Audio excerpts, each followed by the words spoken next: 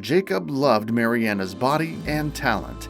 From his first days in boot camp on the island of Paris, he had signed up for voluntary service, and there, along with recruits, she endured the relentless brutality of the military elite. Their severe tests, accompanied by excruciating drills and fire training, had transformed her. In addition to yesterday's civilians, in the professional military, some overcame vigorous training, while others gave up after a few days.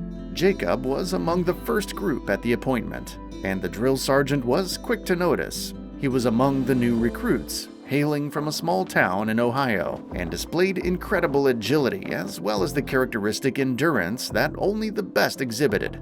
Since childhood, Jacob had dreamed of joining the ranks of the Marine Corps and reviewing history textbooks. He admired the stories of the courage of the armed forces, which were famous for, at least at the time of the signing of the contract.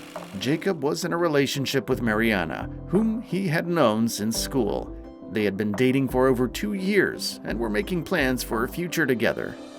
But first, Jacob wanted to become a professional soldier like his late father, who died a heroic death during a special operation in one of the Middle Eastern countries. Of course, Mariana tried to dissuade her boyfriend from such a serious step, but he was adamant, as he literally dreamed of joining the Marines. "You wait for me, honey. I'll serve you in the army. I'll get the military specialty and go back to civilian life." To which Mariana tearfully replied, "It's okay, Jacob." Hugging his girlfriend before leaving for boot camp, Jacob told her, "Yes, dear, don't worry about me." "Of course I'll wait for you," Mariana assured him. That night, the young people promised each other that they would go through all the hardships together and get married when Jacob returned. The next day, Jacob arrived at the location of the Army unit. Like hundreds of other recruits, he put on his military uniform and began the training course of serving in the Navy. It was not easy after all, and there was a good reason why it was considered the elite military branch in the country. In the early days of his training, Jacob befriended a man named Floyd, who, through common hardships and hard exercises, made the young soldiers feel as if they were real brothers. Only a month after training, they were ready to help and support each other. Unlike his new friend Floyd, who was more experienced in matters of the heart, as he had been in a serious relationship and had gone through a painful breakup, it was Floyd who first asked Jacob, in one of their conversations, if he was sure his fiancée wasn't cheating on him, and he said, "You have to understand that waiting 2 or 3 years for an army soldier to come back isn't for every woman. That's why I broke up with my fiancée before I signed the contract." Floyd shared his thoughts when they were having dinner at the cantina, to which Jacob replied doubtfully, "But Mariana and I love each other, man. Why ruin the relationship with mistrust?" But Floyd just shook his head and refused to comment, leaving his friend alone with his thoughts, causing a spark of mistrust.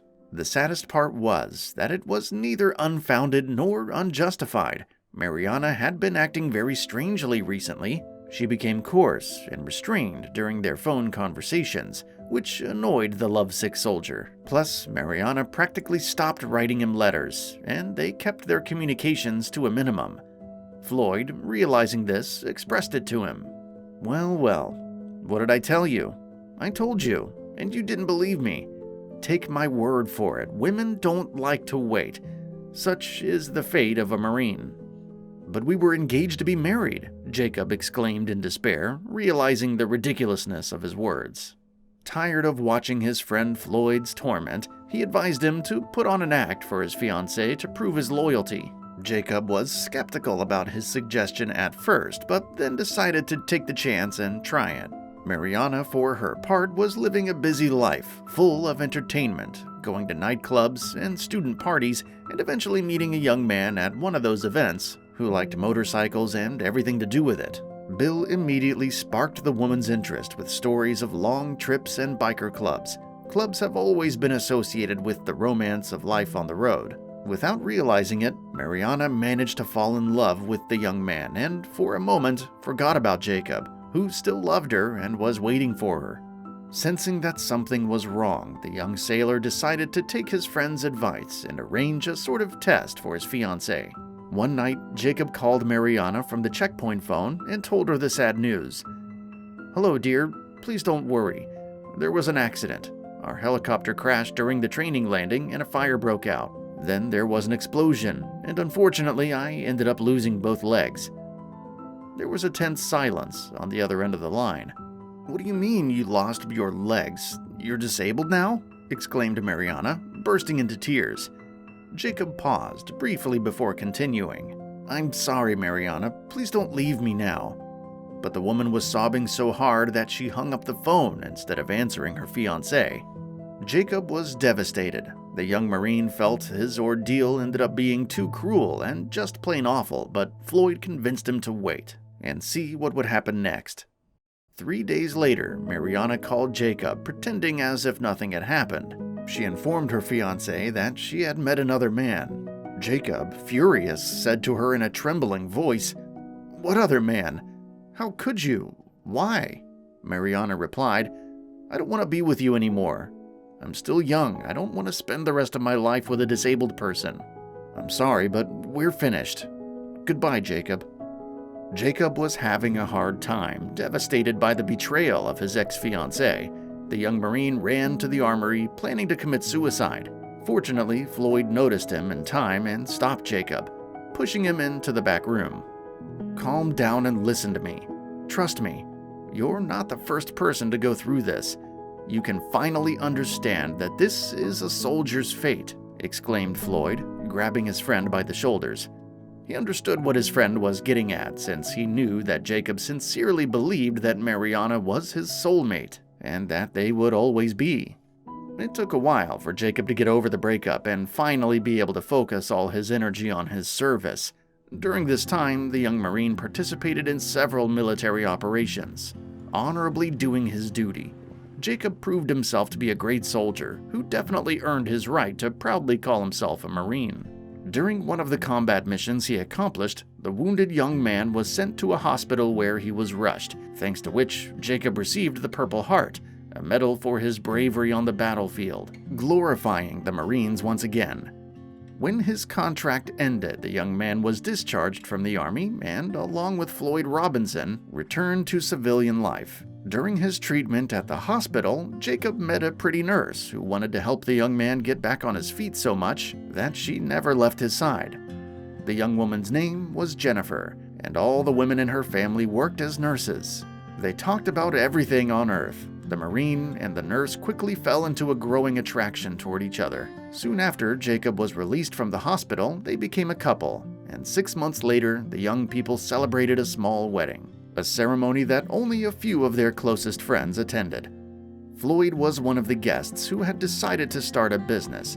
However, he needed a reliable partner, and Jacob was just the person for that.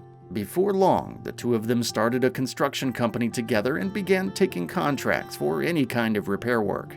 There were very few orders at first, but then things quickly got better, and in just 2 years, the company's profits and staff had tripled, making them millionaires. Years passed, and Jacob never saw Mariana in all that time.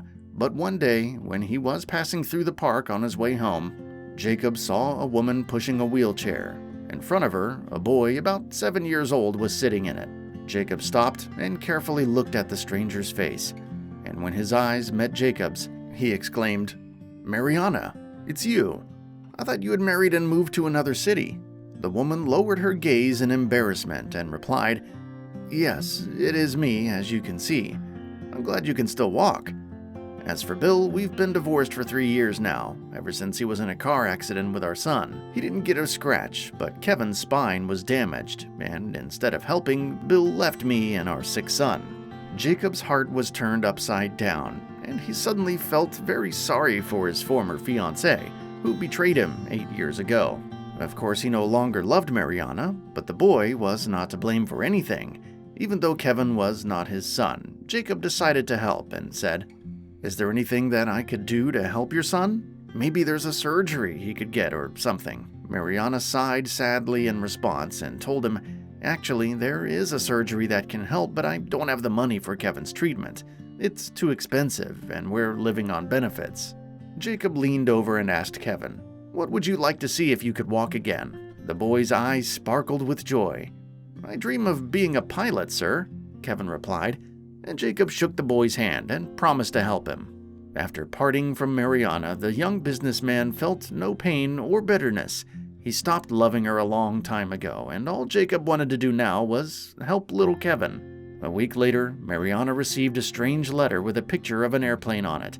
Having opened the envelope, she found a check for an impressive amount for the boy's surgery. There was also a small note on the envelope that read, "I hope your dreams come true, little pilot." The letter had no return address, but Mariana knew who sent it, and pressing it to her chest, the woman said in her mind, "Thank you, Jacob, for your help and kindness.